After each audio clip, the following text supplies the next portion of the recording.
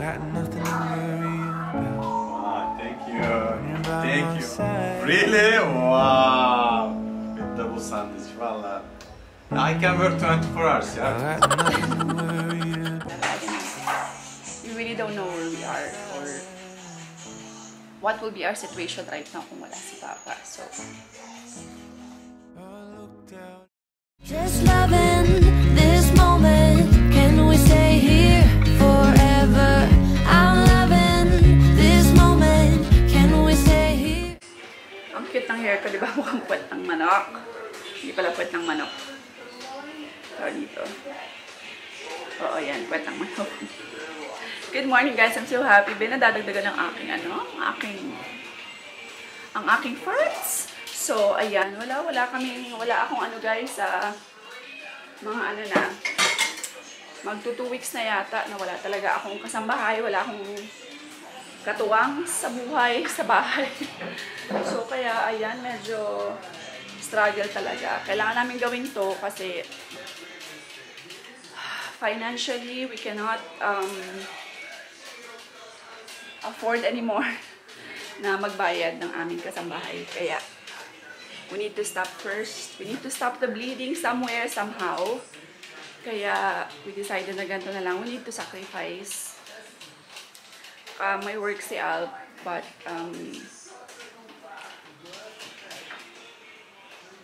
ayan, syempre bago pa rin naman si Alp, diba? And alam nyo, you know, we have a lot of backlogs, so, kailangan talaga namin, we have to stop the bleeding.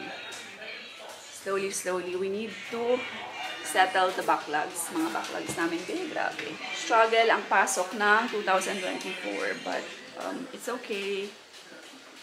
It's life. Palagi kong iniisip, guys, alam nyo, sa mga may problema, palagi nyo pa rin isipin. Always stay positive kasi alam nyo kung bakit. There's still so many people out there na mas malala. At grabe talaga yung sitwasyon sa inyo. Or sa amin. We're still thankful.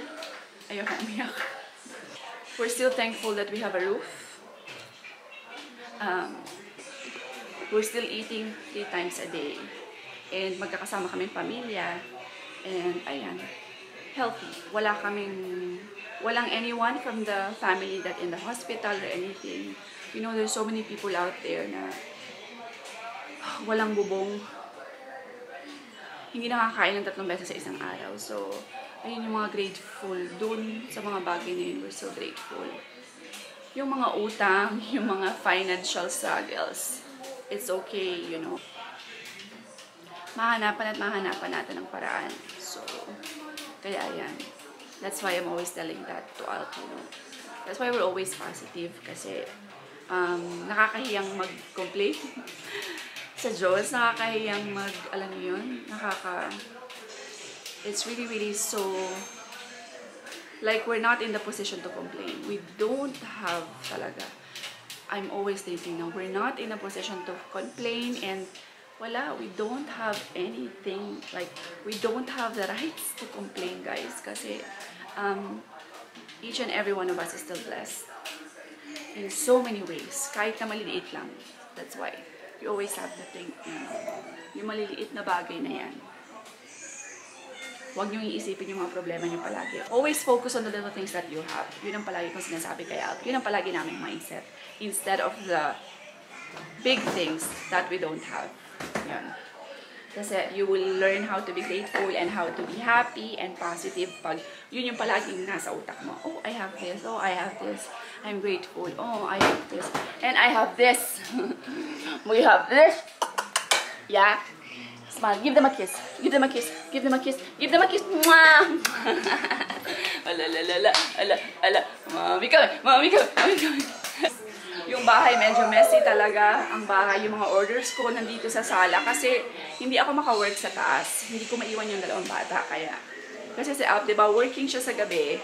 So, sleep siya sa morning. Kailangan niya talaga mag-sleep at least until afternoon. Kaya ganyan. So, messy ang bahay kasi andito lahat yung mga stocks ko sa baba na. Tignan nyo, ayan yung mga boxes ko rin kasi gumagamit ako ng boxes. Guys, kasi may mga mugs ako. Need ng boxes yan kasi mababasag yung mga yan, diba? Fragile siya, so I need to be careful sa packaging. Hindi pa ako nag-breakfast. I need to have breakfast. And, ayan, nagsusulat ako ng mga things to do, planning. Okay lang yun.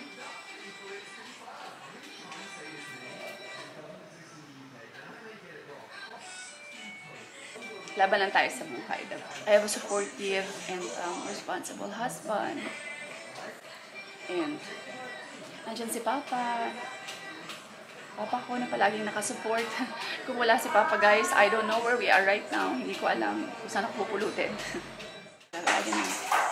We really don't know where we are or what will be our situation right now kung wala si Papa. So,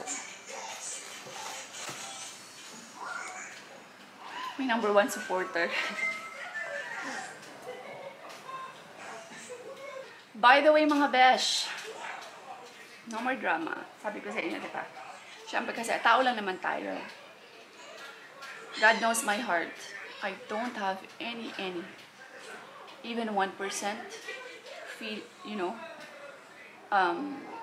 percentage, to complain, but tao lang kasi tayo, guys, diba? We cannot help ourselves to be sad in my situation. Sad ako, syempre, kasi may mga anak ako, guys, diba? There are things that drama, babe. There are things, babe, wag na drama. Nag-English na ako. Okay, go.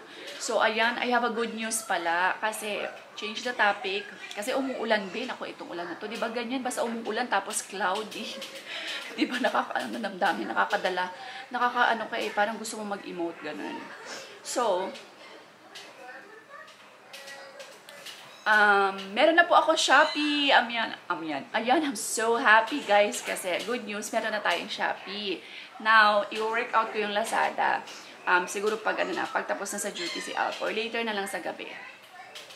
Mag-work out tayo sa Lazada. So, mag-open ako ng shop sa Lazada din. Kasi I didn't know na okay lang pala na kahit wala kang waybill printer sa mga sellers, okay lang. Sinabihan ako, pumunta ako kahapon ng JNT. So, they told me na, ma'am, bakit wala kang, kasi, di ba sa kanila ako palagi nagpapaship, siguro, halos everyday.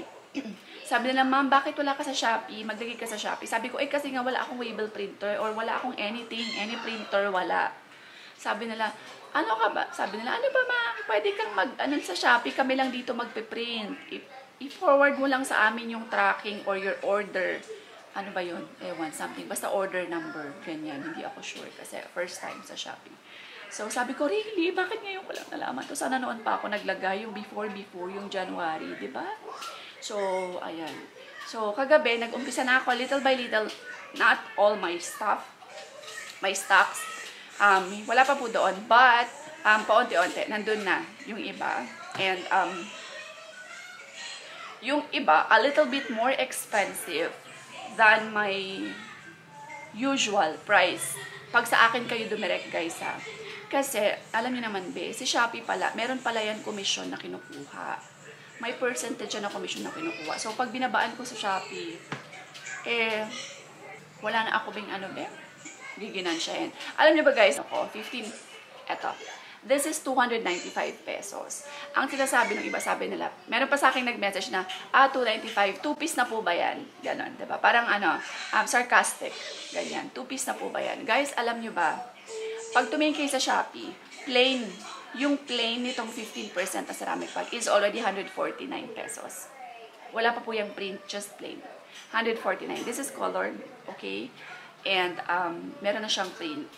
Tapos, alam nyo ba, sasabihin ko sa inyo, just plain, just the mug. Capital ko lang po sa mug, ha. Wala pa yung shipping and anything from supplier. And yung packaging ko, guys, I put this in the box. And bubble wrap. Guys, alam niyo ba magkano isang box? Just one box itself is already 11 pesos per mug. Ayan, 11 pesos po ang aking capital per box. Just this mug from supplier, 187 or parang, sabihin natin 190 pesos na po ang aking capital. Imagine? Pero from supplier, kasama na yung shipping doon. So, 190 pesos na po. Yung aking kapital, just by this. Tapos sasabihan nyo ako, 295, dalawa na pa. Paano yun, Ben? Diba? 180 plus po yan. Alam ng supplier ko yan. Kung nanonood ang aking supplier.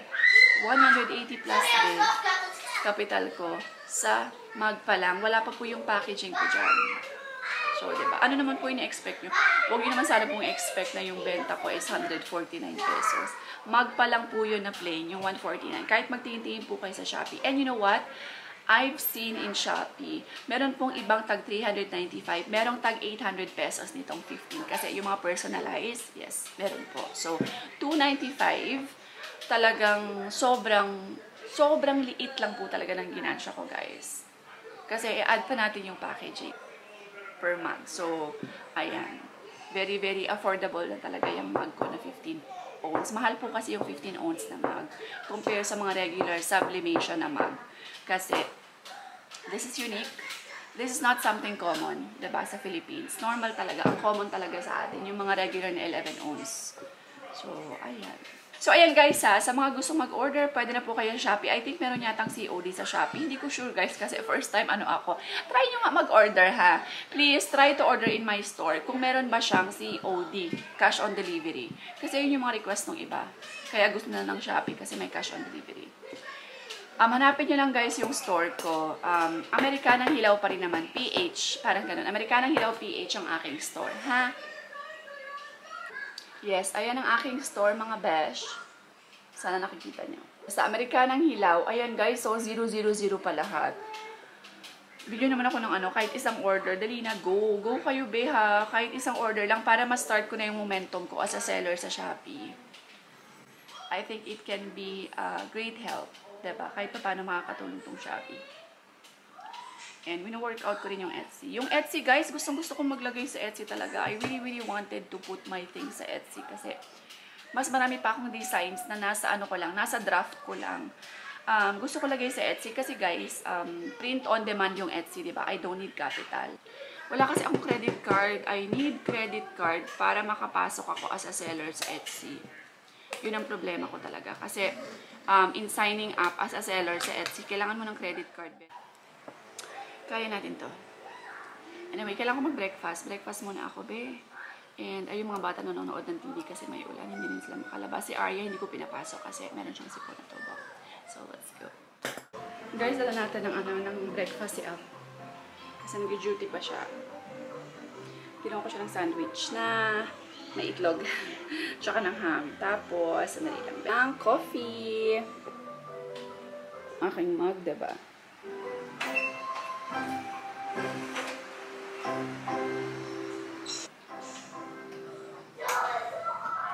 Wow, thank you Allah. I'm so blessed to have it. Really? Wow, with double sandwich. Wallah, I can work 24 hours, yeah, with this So ayan, ako naman mag-breakfast, be. Maganda yung mood ni Aryan, guys. Basta nakatulog siya ng tanghali. Ako naman, pwede na ako mag-work. So, nagsaing na ako para sa aming dinner. Oh, wow! You finished it? Yeah, I finished it all. You finished the pandesal. Bye-bye. Kiss mo. Bye-bye, Good morning. Morning for me. Ginising ko lang siya, guys. Kasi may atiran kami importanteng birthday ng aming very special friends. Ayun guys, masama pa pakiramdam ko. Masakit yung lalamunan ko. Nang beba! No, I think it's Andito na kami guys. Kita nyo ba ako? Sabi ko dito yung celebration sa Pucho. Pucho talaga. Pucho.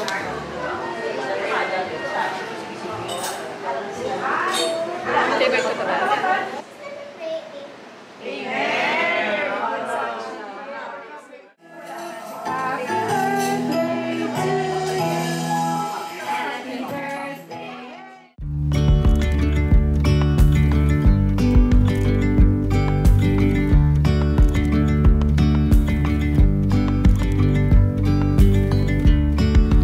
Yesterday there was sun and there was rain, beauty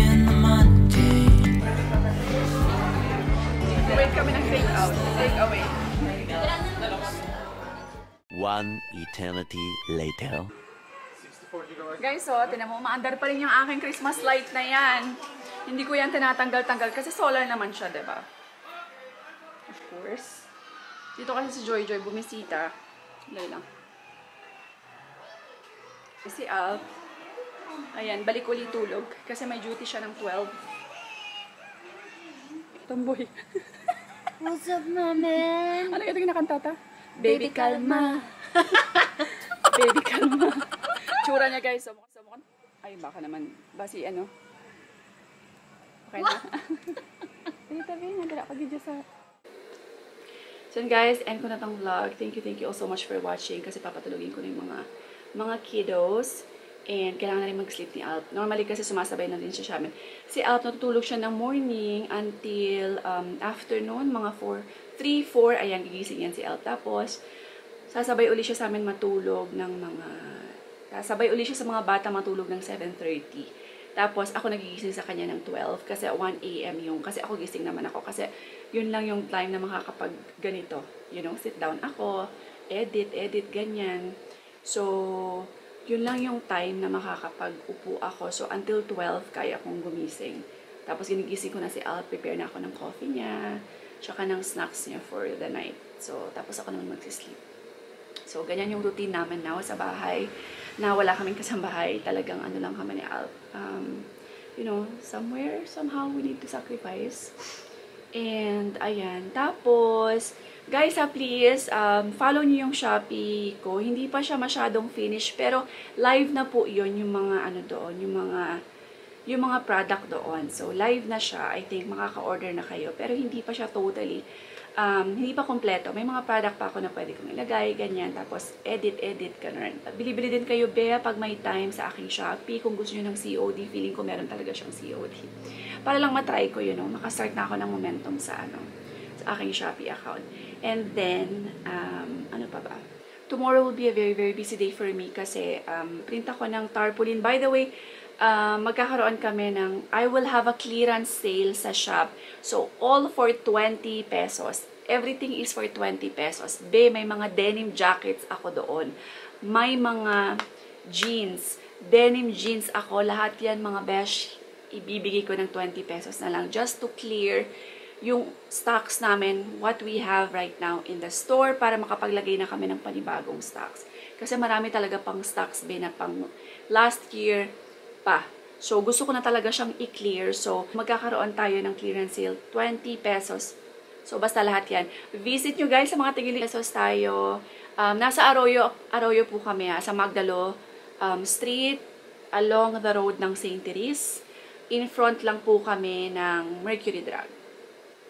Basta, makikita yung Kanto Kawali. Sa baba lang kami ng Kanto Kawali. Okay, yes, visit kayo. Ako, magkakaubusan doon, sigurado ako. So, ang gaganda ng mga denim jeans ko na pambabae. Sobrang dami pa.